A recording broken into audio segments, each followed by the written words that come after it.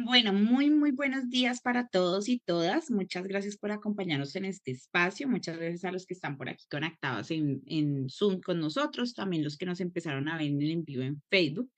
Gracias por escucharnos, por participar de todas nuestras actividades. Los saludo de nuevo, les recuerdo, mi nombre es Julia Ortiz, soy la directora pedagógica y el día de hoy nos acompaña una vez más Ana Paulina con una charla que está, la verdad, muy interesante, que creo que nos aqueja a todos y es el tema de la libertad educativa, ¿cierto? Que es el camino que hemos elegido todas las familias homeschoolers. Entonces, bienvenida Ana Paulina, un espacio una vez más para que compartas con nuestras familias, las conozcas y pues nos des tu información valiosa. Bueno, muchas gracias. Yo hoy estoy desde un lugar bastante diferente al habitual. Hoy no estoy en mi casa, en mi oficina, estoy en el carro porque mi hija, que estudia artes, tiene una exposición esta noche y tenía que traerla hasta el otro lado de la ciudad con un montón de material para su montaje. Y pues bueno, nada, me tocó así hoy. Como les dice Juliet, hoy vamos a estar hablando de libertad educativa y a mí me parece que es un tema fundamental cuando hacemos educación en casa porque únicamente cuando uno se sale del sistema es que se da cuenta de cuánto había entregado su libertad y cuánto había permitido que el sistema tomara decisiones por nosotros en muchísimos aspectos de la vida. Estoy hablando del sistema educativo, pero pues claramente el sistema educativo hace parte de un gran sistema en el que todos estamos inmersos, un sistema social, cultural, económico, también está el sistema educativo. Entonces hoy la idea es que hablemos de cómo ese sistema escolar tradicional limita la libertad de los niños y también la libertad de las familias, porque no son únicamente los niños los que van al colegio, el sistema toma decisiones por la familia entera. Entonces, mucha gente se pregunta por qué los niños no quieren ir al colegio. Y yo creo que de eso vamos a estar hablando hoy porque vamos a estar descubriendo realmente por qué no quieren ir al colegio. Y hay un autor que les voy a mencionar más adelante que se llama Peter Gray, que él dice que los niños no quieren ir al colegio porque les gusta la libertad. Y claro, dentro del colegio de eso hay muy poquito. Pero además pienso que deberíamos plantearnos la pregunta de ¿qué perdimos cuando aceptamos que la escolarización obligatoria era la única forma de educar? Y entonces esa primera parte de la charla podemos estar hablando como de esos elementos que tiene la educación que nos cortan la libertad. Pero tal vez podríamos darle una definición a libertad educativa y si fuéramos a darle una definición a lo que es la libertad educativa, podríamos decir que es el derecho que tienen las familias y los niños de decidir qué quieren aprender y cómo, cuándo, dónde, con quién lo quieren aprender. No es simplemente elegir entre colegios, porque nos hacen creer que somos muy libres, porque es que tenemos una gran variedad de colegios para elegir. Y la libertad es poder incluso cuestionar esos colegios y cuestionar ese modelo mismo de la educación escolarizada. Entonces, como les digo, el sistema escolar nos impone muchos elementos que son impuestos, son decididos. Uno no tiene manera de objetar ni de decir, no, yo lo quiero diferente. Y el primero de esos son los horarios y las rutinas estrictas. El sistema define, eh, como les digo, los horarios y los ritmos. Y no tienen nada que ver con uno, ni con los ritmos personales, ni con los ritmos biológicos. Son decisión del colegio y uno simplemente se tiene que adaptar. Tanto que estos horarios manejan a qué horas nos acostamos a dormir, a qué horas nos levantamos, cuánto dormimos. No dormimos cuánto el cuerpo nos pida descanso, no. Dormimos lo que podemos para cumplir los horarios del colegio. Comemos a la hora que el colegio lo permite. Incluso en casa, ¿no? El desayuno es tempranísimo antes de salir, pero en el colegio si los niños tienen hambre, de malas en clase no se come. Hasta el recreo hay que esperar. Si quieren ir al baño, no, hay que esperar, hay que pedir permiso. O sea, a mí de las cosas absurdas del sistema escolar es tener que pedir permiso para ir al baño. Ya me parece que eso es como, eso es del cuerpo, es mi necesidad. Yo no debería tener que pedir permiso para satisfacer una necesidad de mi cuerpo, igual con la comida, igual con el sueño. Pero esos horarios y esas rutinas son estrictas, son decididas por el colegio, ignoran las necesidades de los alumnos, incluso sus ritmos biológicos. Otro elemento son los currículos obligatorios. El sistema ha diseñado un currículo, ha diseñado un plan de estudios, ha decidido unos temas, define aprenden los niños, cómo, cuándo y dónde, y en qué orden y en qué profundidad también. Y no hay la más mínima y el más mínimo interés de preguntarle a los niños si eso que toca hoy les interesa o no les interesa, les gusta o no les gusta. Entonces no tiene ninguna conexión con los intereses y con la curiosidad de los niños que están aprendiendo. Así que los niños no tienen la libertad de decidir qué quieren aprender, de elegir los temas. El currículo es decidido por el colegio. Ese es otro de sus elementos así impuestos y que nos quitan toda la libertad. No hay libertad de decisión en tema de materias, contenidos y currículo en general. A veces esos currículos no tienen ninguna conexión con el mundo real. Incluso dentro de los mismos temas que está viendo un niño en un grado, no hay ninguna conexión entre un tema y otro. Y muchas veces no tienen conexión con el interés. Y eso es un problema porque como vamos a ver ahorita más adelante, el aprendizaje significativo, que es el aprendizaje que se queda con uno, o sea, el que sí ocurrió realmente, nace de la conexión con el interés, de la necesidad o la curiosidad de la persona. Entonces, el currículo no tiene en cuenta esto. Otro elemento muy, muy fuerte del sistema es el método de evaluación. ¿No? En el colegio nos están evaluando permanentemente, pero no quiere decir que la evaluación sea mala. Todos los procesos de la vida tienen algún tipo de evaluación, incluso los procesos personales, los procesos industriales, todos los procesos, uno tiene que ir evaluando cómo va el proceso, porque eso me da información de qué está funcionando, qué no está funcionando, qué puedo mejorar, qué debo corregir, de pronto dónde ajusto el rumbo. Pero al final, el modelo de evaluación del colegio ha perdido como ese objetivo. Se dedica a poner notas, a detectar lo que está mal y castigarlo con una mala nota y además a crear un escalafón de notas para poner etiquetas de los buenos, los malos, los mediocres, los de la mitad, y se le olvida cuál es realmente el objetivo de la evaluación. ¿Cómo corta esto la libertad? Porque muchos niños dejan de aprender por gusto y solo aprenden para cumplir con la nota porque lo que necesito es sacar una buena nota. Y no hay nada más bonito que aprender con disfrute, disfrutar. Es que el aprendizaje es algo que se debería disfrutar. Y este sistema de evaluación de sistemas del que tiene pues todo el método escolar nos quita el gusto por aprender, convierte a los niños en unas máquinas de entregar trabajos para sacar una nota, responder exámenes para sacar una nota. Y eso es muy triste, además que causa daños en la autoestima. Los niños que se crecen creyendo que son malos porque sacan malas notas cuando no es verdad, pero eso destruye bastante la autoestima y fomenta además una competencia que no es sana. Eh, Vivimos en un mundo súper competitivo y a veces nos dicen que hay que preparar a los niños para que puedan sobrevivir en este mundo tan competitivo.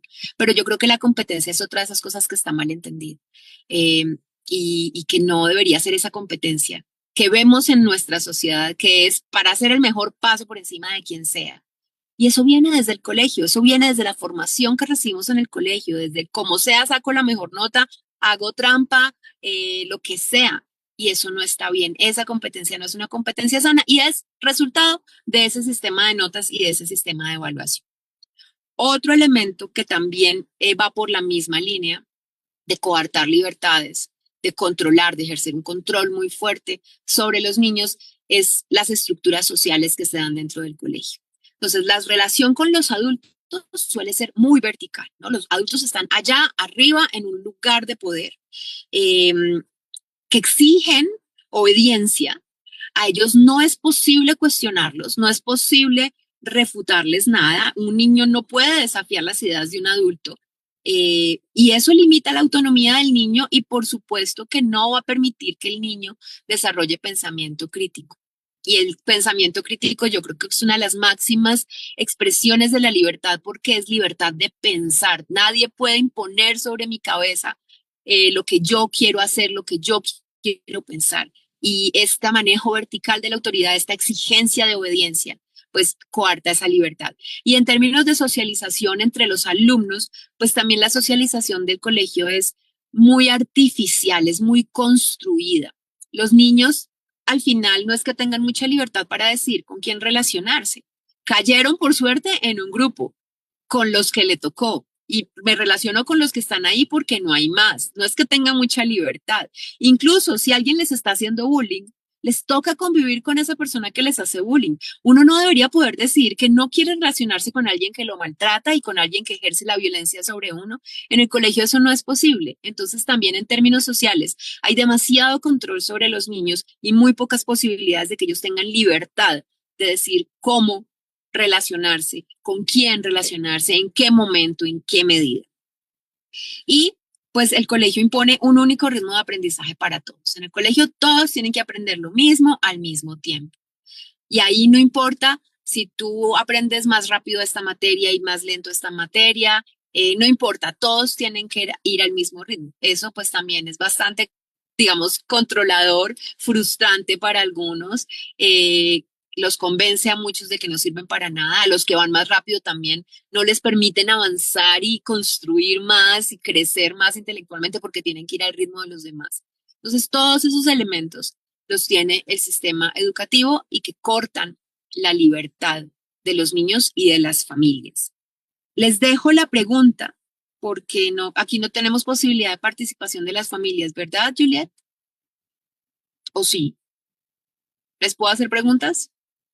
Sí, sí, sí, claro que sí. Puedes hacer preguntas. Yo estoy aquí pendiente del en vivo en Facebook por si hay Ajá. alguna respuesta o alguna pregunta en especial. Y aquí en el chat también pueden enviar sus respuestas. Claramente también nos pueden levantar la manito, abrir el micrófono los que están por aquí. Vale, entonces les quiero hacer la pregunta. Si ustedes han sentido, o cómo lo han sentido, porque seguramente sí lo han sentido, ¿cómo han sentido que la escuela limitaba la libertad de su hijo o la libertad de ustedes como familia? Si alguien quiere contar alguna experiencia, me parecería muy lindo porque esto nutre. Y yo sé, mientras ustedes despidan la palabra o hacen preguntas, yo sigo hablando, pero tú me avisas cuando alguien quiera participar. Yo sé que a veces uno Claro no que se sí. da cuenta. Uno ha crecido en el sistema, todo está tan normalizado que uno, hasta que alguien no le plantea la pregunta, hasta que una situación no lo hace cuestionarse, uno tal vez no se ha dado cuenta que podría ser más libre, que tiene derecho a más libertad, pero la está entregando al sistema escolar en este caso. Yo digo que por lo menos en el manejo del tiempo fue de lo que yo más noté, más lo noté. Yo decía, no puede ser posible que el colegio le controle a uno el tiempo para todo. Es que cuando uno planea las vacaciones, uno no puede planear las vacaciones en la fecha de cumpleaños de la abuelita para ir y caerle de sorpresas. No, toca solo en vacaciones. Y la gente que se va de crucero o un viaje largo, y va a llegar una semana más tarde. Eso es un gravísimo problema con el colegio porque uno va a entrar una semana tarde y hay que pedir permiso, como si el mismo viaje no fuera un montón de aprendizaje. Entonces, en términos de manejo del tiempo, el colegio es un tirano absoluto, le maneja la vida a la familia. Toda la familia se levanta y se acuesta a dormir según los horarios marcados por el colegio, por ella. Entonces, eso fue, por lo menos en mi experiencia personal, de la manera que más sentí yo esa recuperación de mi libertad cuando decidimos salirnos del colegio. ¿Hay alguien que quiera participar? ¿Ves a alguien por ahí, Juliet?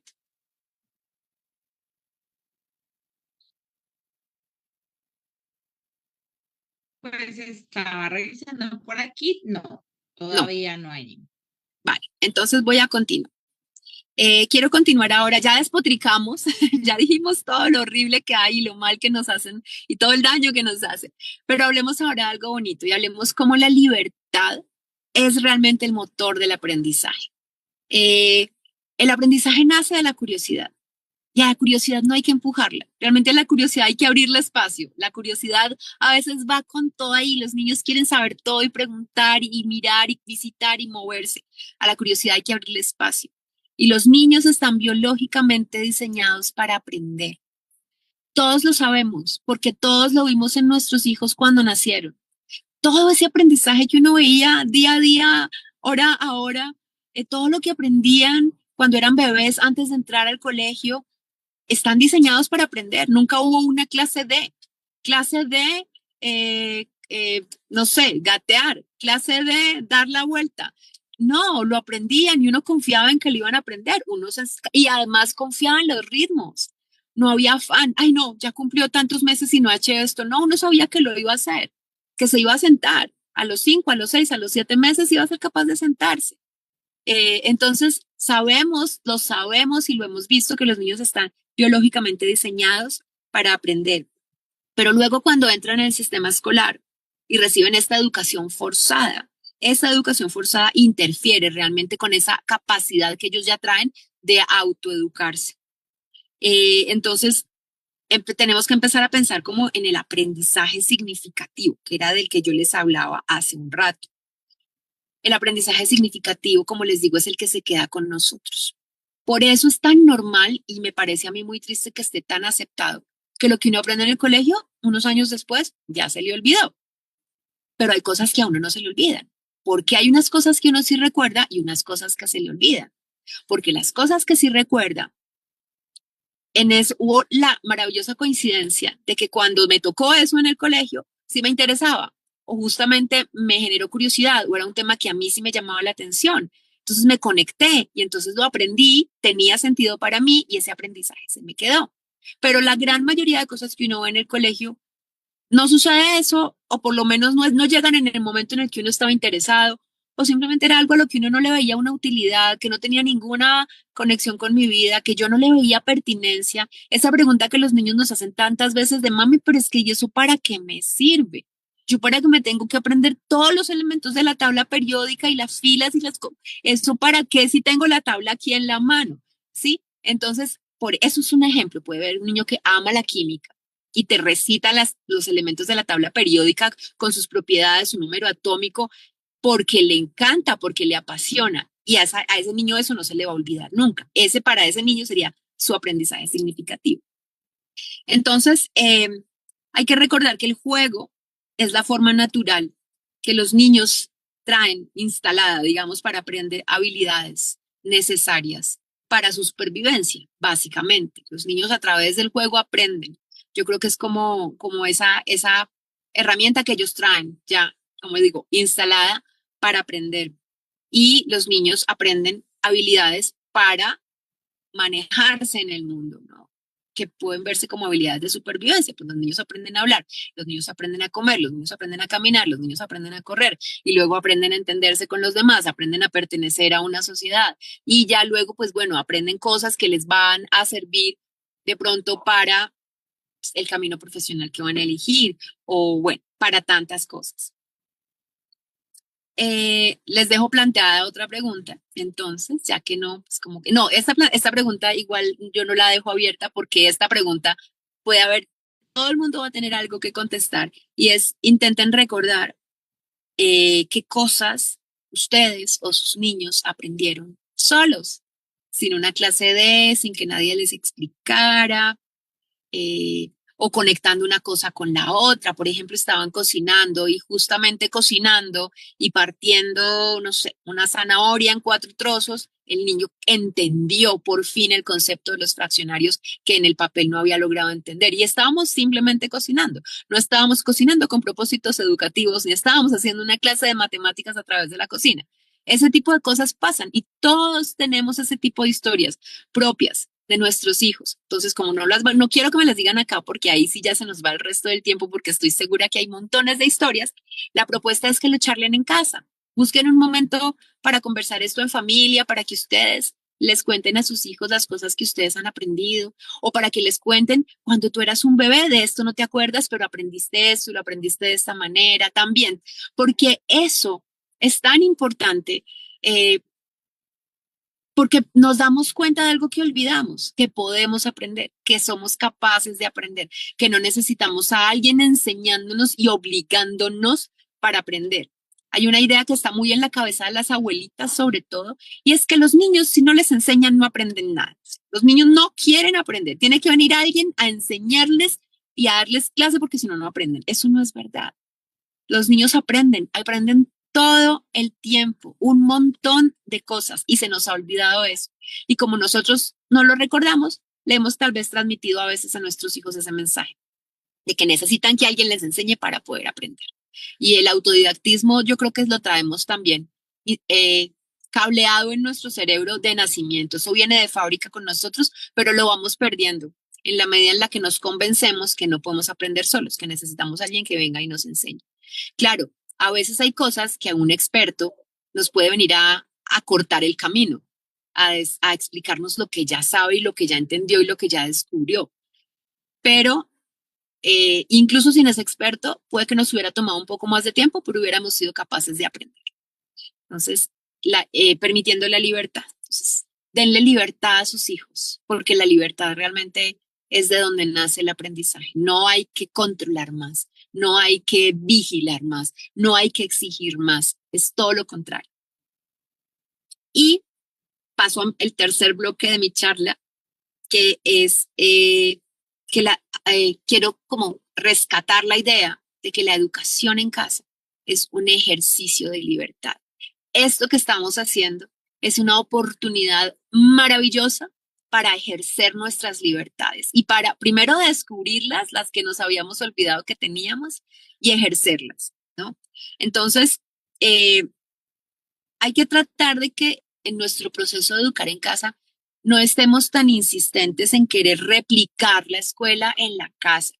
Ustedes están en un colegio virtual que les da una posibilidad de flexibilidad increíble, incluso teniendo elementos del sistema. O sea, ustedes tienen materias y tienen clases y tienen actividades que las que deben cumplir. Es muy, muy diferente a como es en un colegio presencial, porque aquí tienen muchísima libertad para adaptar todo el proceso a ustedes, a sus tiempos, a sus ritmos, a lo que quieren hacer, en qué orden lo quieren hacer. Entonces, no intenten replicar la escuela en la casa porque se van a perder justamente de esta posibilidad de ser más libres. La idea es reinventar el proceso, porque al mismo tiempo se van a ir, van a dar cuenta que están reinventándose también la vida toda, toda. La educación en familia es una forma de vivir como familia diferente, la educación en casa. La educación en casa va a permitir flexibilidad horaria. Ya les vengo hablando de eso desde el principio, pero pues tengo que volverlo a recalcar porque lo noto mucho, sobre todo en las familias nuevas, que les cuesta. Ellas lo saben, pero les cuesta. Cuando uno les habla, se estresan porque los niños no quieren madrugar, porque no se quieren quedar sentados, porque es que solo 10 minutos, porque es que lo quiere hacer por la noche, pero es que a esa hora no se estudia. Y ustedes pueden manejar su tiempo como ustedes quieran. El homeschooling lo permite, pueden adaptar según los ritmos que ustedes tengan, si son familia nocturna o incluso según el ritmo de cada niño. No todos tienen que hacerlo al mismo tiempo si tienen varios hijos. Hay personas más madrugadoras, hay personas que funcionan mejor en la noche.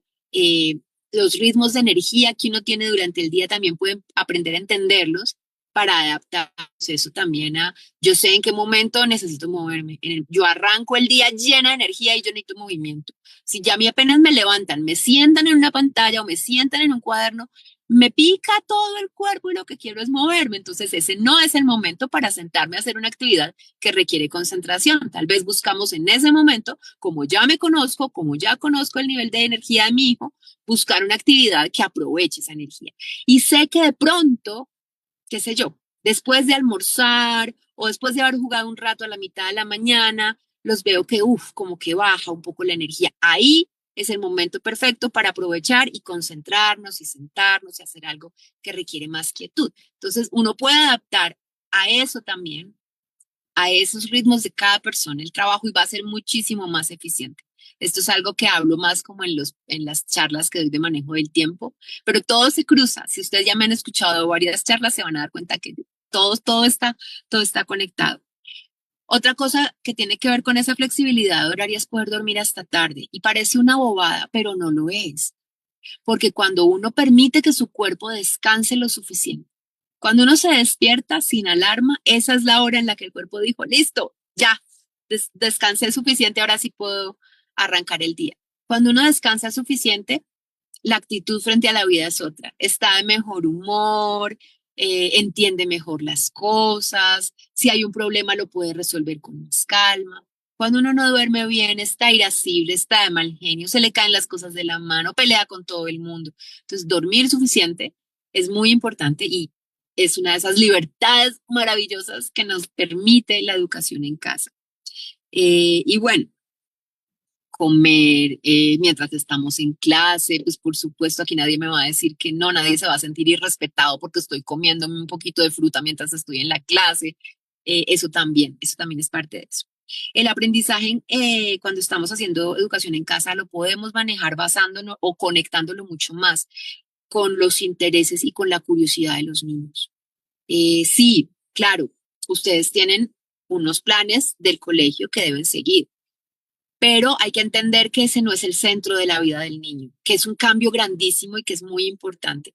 Cuando uno tiene a los niños en colegio presencial, esos colegios se sienten lo más importante en la vida del niño y no hay nada más importante que eso, ¿no? Y nosotros ahora entendemos que esa es una parte del colegio, una parte de la vida, una parte del proceso de aprendizaje, pero no es la única y no es la más importante. Así que manejamos esta parte, pero tomamos una buena cantidad de tiempo para hacer otras cosas. Y en ese otro tiempo, también vamos a estar promoviendo los intereses y la curiosidad de nuestros niños, permitiéndoles que digan qué cosas quieren aprender, a dónde quieren ir, cuánto quieren profundizar en algo. A mí eso me parece clave porque yo considero que el conocimiento que a uno le dan en el colegio es muy superficial. Le dan una muestrica de muchas cosas, de muchos temas, como pues la idea es como darle una muestra panorámica del conocimiento general para que los niños vayan viendo qué hay, qué existe y vayan haciéndose una idea de qué les puede gustar, pero no se permite mucho la profundización. Cuando un niño quiere profundizar, no, ya no tenemos tiempo, tenemos que pasar al siguiente tema, o no, eso no nos toca este año, eso nos toca hasta dentro de 2 años. Y también les cortan ese interés de querer saber más, esa sed de conocimiento. En casa podemos aprovecharla y no dejarla morir y permitir que vayan hasta donde quieran ir y que paren cuando quieran también. Ya exploré lo suficiente este tema, mami, ahora ya no quiero volver a hablar de dinosaurios, te voy a empezar a hablar de las formas de las hojas que hay en el bosque, sí, cualquier cosa. Entonces, todo eso también es ejercer la libertad, permitir que los niños tomen esas decisiones de qué quieren aprender, cómo, cuándo, cuánto. La socialización, cuando estamos educando en casa, para mucha gente creen que es uno de los grandes problemas del homeschooling. Yo ya les he dicho que pues, a mí no me parece que sea un problema, eh, pero pues siempre es una preocupación de los padres que los niños interactúen con otros niños. Pero cuando estamos educando en casa, quienes llevan más tiempo ya lo pueden decir así con conocimiento de la experiencia. Los niños se relacionan con mucha gente. La socialización es súper diversa.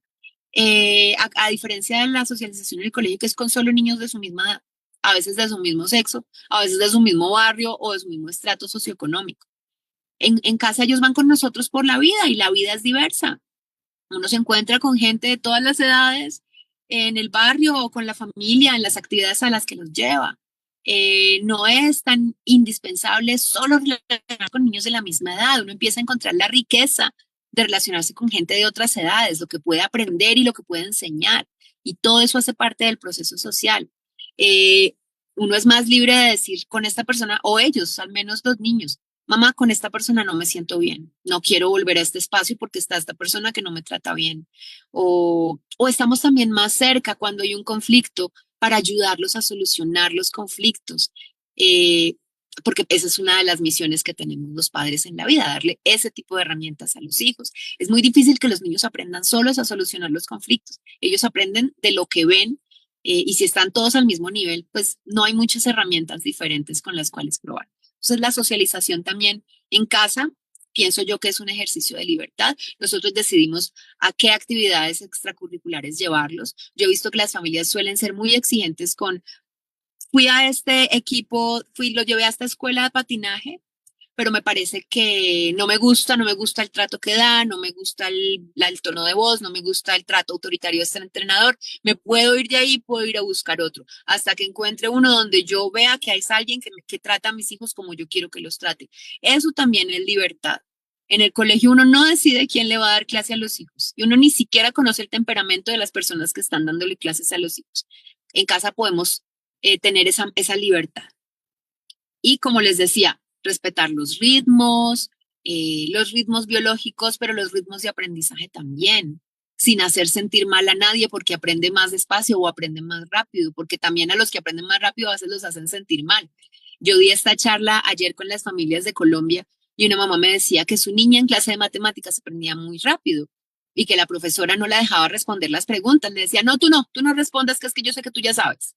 Y es, o sea, no, no, por Dios. Entonces, en casa, pues podemos manejar las cosas de una forma diferente y los niños se van a sentir más libres para ser quienes ellos son, para aprender como ellos aprenden sin ser etiquetados. El vínculo que se forma en la familia, que ustedes si me han escuchado saben que para mí es importantísimo, fundamental. Tenemos más espacio para formarlo bien, para formarlo bonito, para relacionarnos con nuestros hijos desde el compartir tranquilo y no desde ese colegio que es el más importante. Te quiero, te regaño porque sacaste mal las notas, me pongo furiosa contigo porque perdiste el año, te alego todo el día porque no te levantas porque eres perezosa, te pongo etiquetas, no te levantas temprano, no quieres ir al colegio, eres un flojo, o sea, y todo eso daña la relación entre los miembros de la familia, porque no tenemos ese momento de vernos más allá de una nota, más allá de un resultado escolar. Y ellos nos ven a nosotros como los ogros regañones, porque claro, lo único que les decimos es cosas relacionadas con lo que no está pasando y con lo que está mal. Sacando eso de la vida, sacando eso de la ecuación, la vida familiar cambia un montón. La manera como nos relacionamos con nuestros hijos y el vínculo que se forma con ellos es bien bonito y es bien sólido, que al final a mí me parece que un vínculo sólido es mucho más importante en la vida que haber sacado buenas notas en trigonometría. Entonces, en la educación en casa tenemos la libertad que tenemos que aprovechar de formar un vínculo sólido con nuestros hijos. Hay un proceso que es difícil para los adultos, que es la desescolarización mental. Es sacarnos toda esa estructura escolar de la cabeza para poder ejercer esta libertad. Entonces tenemos que cuestionar todas las ideas que tenemos sobre lo que significa aprender. Y uno no se desescolariza mentalmente en un mes, en 2 meses. Yo creo que ese es un proceso que toma toda la vida. Al principio uno empieza a encontrar muchas cosas. Uy, esto está muy escolar. Uy, esto lo tengo que cambiar. Uy, me pillé diciendo esto que me lo decía la profesora. Y en la medida en que uno va procesando eso y va trabajando y va cambiando las actitudes, cada vez lo nota menos, pero llegan momentos en los que uno dice, uy, yo no me había dado cuenta que para mí eso seguía siendo tan importante. No me había dado cuenta que yo sigo midiendo mi pasado en grados de colegio. No me había dado cuenta que me sigo sintiendo orgullosísima del puntaje que saqué en este examen. Todo eso sigue siendo elementos que nos dejó la escolarización a nosotros. Resumiendo, la educación en casa es una fuente maravillosa de ese poder que tenemos, de recuperar la libertad y esa libertad que sabemos que se puede sentir limitada dentro del sistema escolar. Si logramos desligarnos de esas estructuras, de los currículos impuestos, de todo lo que nos dejó en la cabeza, las evaluaciones, las notas, si logramos empezar a soltar eso, las familias pueden crear uno que sea más flexible, personalizado, centrado en los intereses y en la autonomía de los niños. Esa libertad no beneficia únicamente a los niños, como les están dando cuenta, beneficia a toda la familia y no está únicamente conectada con el proceso de aprendizaje, sino con toda la vida y con todos los procesos de la vida en general. Y pues nos fortalece y nos va a permitir vivir la vida de una forma más consciente y más intencional. A veces estamos muy en piloto automático, vivimos la vida muy en piloto automático. Y creo que es cómodo. Es más incómodo salir del piloto automático, es más incómodo salirse de la Matrix, ¿no? Es más incómodo decir, uy, no, empezar a cuestionarlo todo, porque es muy retador. Es bajarse uno de lo que creía que era cierto, del orgullo de yo sé cómo funcionan las cosas, a tener que diseñar de nuevo un montón de ideas. Pero vale mucho la pena porque cuando uno empieza a vivir la vida con más conciencia y es más intencional con todo lo que hace, todo tiene más sentido. Y pues yo creo que de eso se trata la vida, no de pasamos rodando en un carrito del que no teníamos el control, sino de diseñar nuestras propias vidas.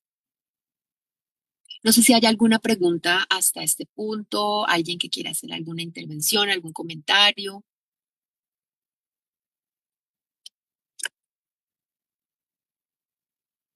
¿No?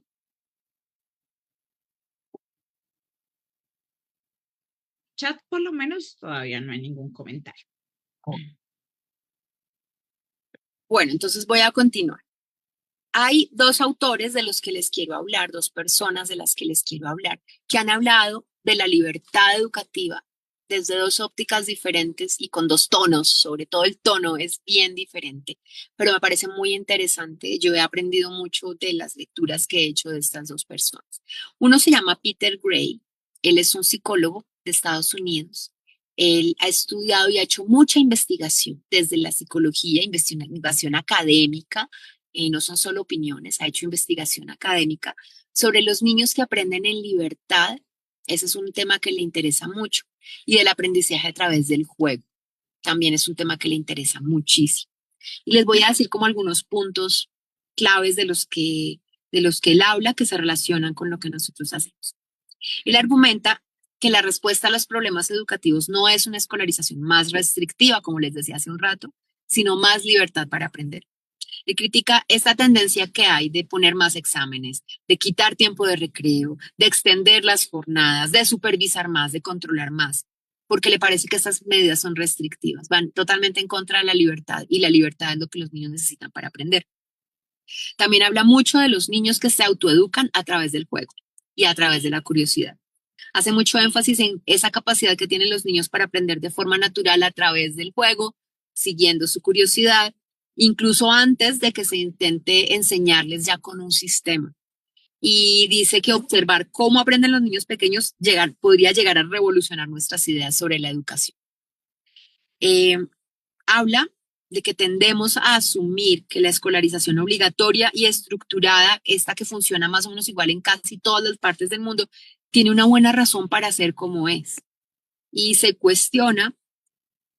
que se cuestiona si los niños podrían convertirse en adultos competentes si no fueran obligados a ir a la escuela o si las escuelas operaran de una manera muy diferente. Digamos que es una crítica al aceptar que la escuela es como es porque tiene una buena razón. ¿Cuál? No sé, no me he metido más profundo a preguntar cuál es la buena razón para que sea como es, pero todos estamos convencidos de que si los niños no pasan por el sistema escolar, no van a ser adultos competentes. Entonces también la propuesta es, ¿será que sí? ¿Será que es así? ¿Será que esa es una verdad inamovible? ¿O será que esa también es una verdad que podemos cuestionar? Hace énfasis en el juego como una forma natural en la que los niños aprenden habilidades de supervivencia. Dice que desde una perspectiva biológica y evolutiva, el propósito principal del juego es justamente promover el aprendizaje de habilidades. El juego es la manera en que la naturaleza asegura que los mamíferos jóvenes, incluyendo a los humanos, practiquen y se vuelvan buenos en esas habilidades que van a necesitar para sobrevivir y para prosperar. La libertad para dejar de jugar, también dice eso, es esencial para definir el juego. Él critica mucho que en la actualidad los adultos controlan tanto que hasta controlan los juegos de los niños. Y dice que el juego, la esencia del juego es justamente que es libre, que viene de los niños y no hay adultos tomando decisiones ahí. Es como su terreno, su propio terreno, su territorio. Pero ahora los adultos controlan los juegos y se molestan cuando los niños no quieren terminar un juego porque está la enseñanza de lo que empiezas, lo terminas. No, también la libertad es decir, bueno, ya me aburrí y me salgo, ya no juego más. Entonces, parte de eso también está. Dice que la crianza basada en la confianza puede ser incompatible con la escolarización convencional. Y claro, cuando criamos a nuestros hijos basados en el respeto y basados en la confianza, y luego los metemos a un sistema que los está irrespetando permanentemente porque no les está dando libertad y les está imponiendo todo, ahí hay un choque fuerte. Creo que es una de las grandes razones por las que muchas familias vienen educando a sus hijos de una forma, entran al colegio, se estrellan y los sacan y educan en casa. Y también es el que dice que a los niños no les gusta la escuela porque aman la libertad. ¿Qué más dice Gray? Que el aprendizaje autodirigido es fundamental y que incluso la lectura puede aprenderse de forma natural sin enseñanza formal. También tiene un artículo sobre eso. Digamos que en resumen, él defiende la libertad, el juego y la curiosidad como elementos muy importantes en el proceso de aprendizaje natural de los niños. Critica el enfoque restrictivo de la escolarización tradicional y presenta el aprendizaje autodirigido como una herramienta muy valiosa. En todo lo que él habla y en todo lo que escribe, sugiere que hay que confiar en esa capacidad innata de los niños para aprender y lo que tenemos que hacer los adultos es proporcionar un entorno rico, seguro, amplio, que les dé oportunidades de explorar y que les dé oportunidades de jugar. Entonces, hasta ahí, Peter Gray. Y ahora les voy a hablar de otra persona que se llama John Taylor Gatto. John Taylor Gatto él murió hace unos años, fue un profesor de colegio de Estados Unidos y fue premiado varias veces como el mejor profesor. Ya no me acuerdo en qué año fue que hizo su discurso, que es famosísimo, pero él se ganó un premio en Nueva York y cuando estaba recibiendo el premio dio un discurso en el que más o menos dijo, dejo esto. Estoy hasta aquí de ser profesor, estoy hasta aquí de todo lo que estoy viendo adentro, estoy hasta aquí de que de que el sistema no se pueda cambiar para que las cosas sean diferentes y para que los niños sean mejor tratados. Entonces es muy, muy, muy crítico del sistema. Él critica la escuela porque dice que es un sistema de control social. Dice que el daño que la escuela causa a nivel individual y humano es un bien desde la perspectiva del sistema. O sea, es un sistema para él diseñado para beneficiar al gran sistema en el que estamos, no para beneficiar realmente a los seres humanos individuales, porque a nivel individual es más, causa mucho daño. Critica la naturaleza obligatoria de la escolarización y cuestiona mucho, y este es un cuestionamiento súper fuerte que él hace, que los padres entreguen a sus hijos a agentes del gobierno sin tener ninguna voz ni voto en la elección de las personas que van a educar a sus hijos. Él, en una parte de él tiene un libro, ahorita les hablo de él. En una parte de ese libro él dice, ¿usted le entregaría las llaves de su carro a un desconocido? ¿Usted dejaría entrar a su casa a alguien a que se lleve el televisor? No, ¿verdad? ¿Y por qué le entrega a sus hijos a alguien del quien no sabe nada? Usted manda a sus hijos a un colegio y usted no tiene ni idea quiénes son los profesores, cuál es su historia de vida, cuál es su temperamento, cómo van a tratar a sus hijos. Entonces, entregamos a nuestros hijos con una mayor facilidad que con la que entregaríamos nuestras cosas materiales. A mí me parece un cuestionamiento súper, súper fuerte, pero me parece que tiene mucha razón. Y eso lo cuestiona mucho. Dice que esto es una forma de ingeniería social radical que reduce a los individuos a funciones dentro de un subsistema en nombre de la eficiencia social. El libro de Taylor Gatto, él tiene varios libros. El que yo me leí, que es como el más famoso de él, se llama La historia secreta del sistema educativo. Y ahí hace una crítica muy, muy fuerte. Puede llegar a tener un tono muy conspiranoico. Y eso fue lo que yo sentí la primera vez que lo leí, pero pues me lo he leído varias veces y cada vez que lo leo como el que le encuentro más sentido y más matices a todo. Sin embargo, si uno es capaz de aguantarse un poco la incomodidad que genera ese tono conspiranoico y lo lee, va a encontrar cosas muy, muy interesantes ahí. Él dice también que la escolarización combinada con el entorno laboral controlado es la forma más efectiva de detener el desarrollo de la imaginación. Dice que este sistema, o sea, la combinación de sistema laboral con sistema escolar está diseñado para producir conformidad y para producir obediencia a la autoridad. Entonces, por eso les digo que es como conspiranoico, anarquista, pero son cosas que lo dejan a uno pensando. Y siempre es muy interesante que estas cosas, aunque uno no se las crea y aunque uno no las compre, por lo menos le generan la pregunta. Cuestionarse, preguntar, poner en duda, eso es súper importante para generar pensamiento crítico. También critica el currículo impuesto y la forma en la que se enseña. Dice que a menudo está desconectado de los intereses reales de los niños y de las habilidades que son necesarias para una vida independiente. También habla de los libros de texto que dice que ahí hay mucha doctrina disfrazada. Y él también apoya la idea de que los niños son capaces de autoeducarse. Digamos que él no habla de homeschooling, pero hace una crítica tan fuerte al sistema que implícitamente abre un espacio para otras alternativas en las que haya más libertad. Y en el libro de la historia secreta, él hizo una investigación súper profunda y se fue a los archivos allá en Estados Unidos para entender cómo surgió el sistema escolar, cómo fue diseñado el sistema escolar. El sistema escolar que se impone y que se usa en casi todo el planeta viene de la escuela prusiana. Y la escuela prusiana nació en la época de la industrialización, de la revolución industrial.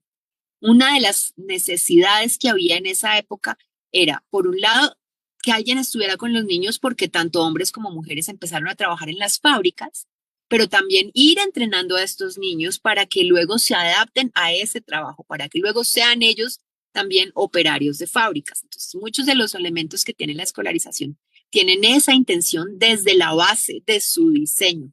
Pero lo que él cuenta también en el libro es que en el diseño ya de este sistema traído a Estados Unidos intervinieron políticos, intervinieron empresarios, un poco diciendo qué tipo de personas necesito que el sistema eduque para mis propósitos particulares, para mis propósitos políticos, para los propósitos del plan político del país. Había, por ejemplo, algo que decía que había muchos inmigrantes italianos y que para los inmigrantes italianos la unión familiar era una cosa muy fuerte y que ellos necesitaban romper esos lazos familiares para que estos niños que ya estaban nacidos en Estados Unidos se sintieran ciudadanos de este nuevo país y no mantuvieran esa cultura que traía su familia de Italia. Esas cosas están en ese libro y son parte de esa investigación que él hizo. Entonces, por eso, o sea, si lo quieren leer, por ahí se consigue la traducción al español. Yo voy a ver si consigo yo hago un documento con esta información, te lo paso, Juliet, para que tú se lo compartas a las familias. Y ahí, si encuentro la traducción en algún enlace, se las mando. Claro, perfecto. Muchas gracias. Listo. Él sí es el que dice que la educación escolar obligatoria debería desbaratarse y que deberían entregarle a cada individuo la elección de cómo educarse a sí mismo.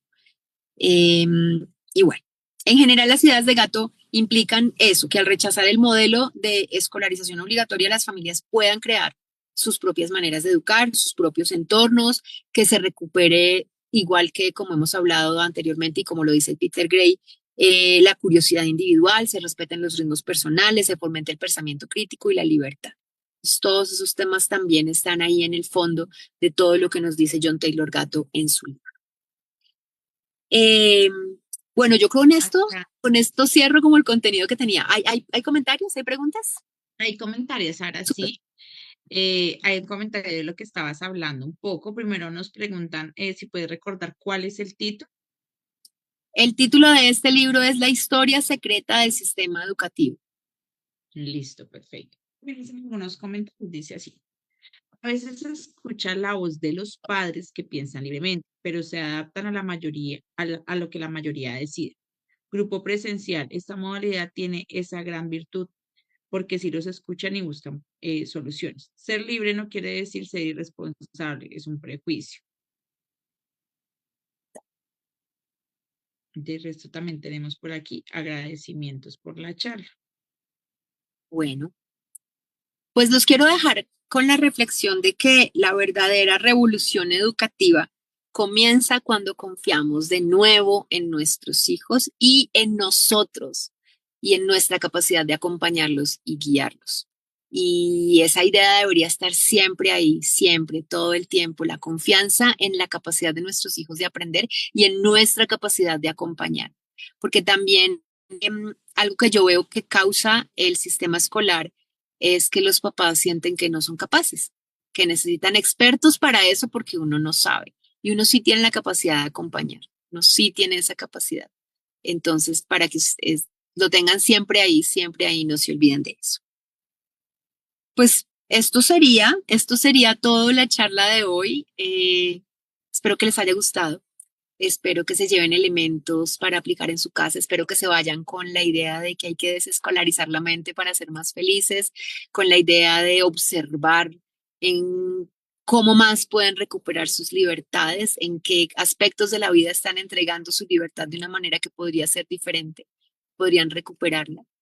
Eh, Me acabo de acordar de Foucault, que tiene un libro que se llama Vigilar y Castigar, algo así, y habla de varias instituciones que están diseñadas justamente para la vigilancia y el control.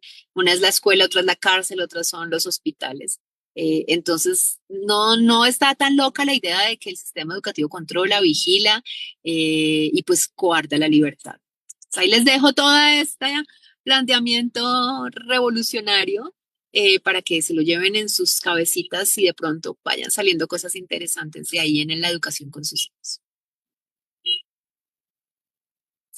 Muchas gracias, Ana Paulina. Por aquí en el chat me dicen que si les puedo compartir la traducción. Claro que sí. El documento que me envían a Paulina, yo se los comparto por los grupos de WhatsApp y con gusto para que ustedes también los puedan aprovechar, puedan revisar este documento que nos informa.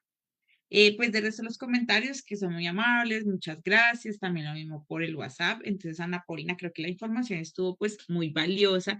Veo que a las familias les gusta mucho cuando hay otros referentes también, ¿no? Porque nos están pidiendo la información, creo que están curiosos en ese sentido. Me alegra mucho que se interesen, porque pues es fundamental la idea que tenemos, ¿no? Porque pues muchas veces eso es lo que a veces carecemos y por eso a veces entramos en dudas o nos entra en conflicto el qué dirán o los demás. Pero entre más podamos fundamentar ese sentir que tenemos con esta metodología, porque es un sentir, no es una motivación, podemos pues seguir aprendiendo al respecto. Entonces, me parece muy agradable que tú lo menciones, que las familias se interesen y pues claramente yo también estoy muy interesada después de lo que escuché. Esperamos entonces el documento. Y pues creo que todo está dicho. También agradecerte mucho, Ana Paulina, por estos datos, por esta información, por pues, quedarnos como ese sentido de pertenencia, lo llamo yo, con esta metodología y que puede este proceso. Entonces, de mi parte, muchos agradecimientos. El lunes nos vamos a ver de nuevo con Ana Paulina en una charla diferente, porque va a ser con dos estudiantes. Entonces, esta vez vamos a escucharlos también a ustedes, ¿no? Un poco para que no seamos nosotros siempre los que hablamos, los que dirijamos, sino esta vez ella va a estar en un espacio muy interesante con algunos estudiantes para que no se la pierdan también.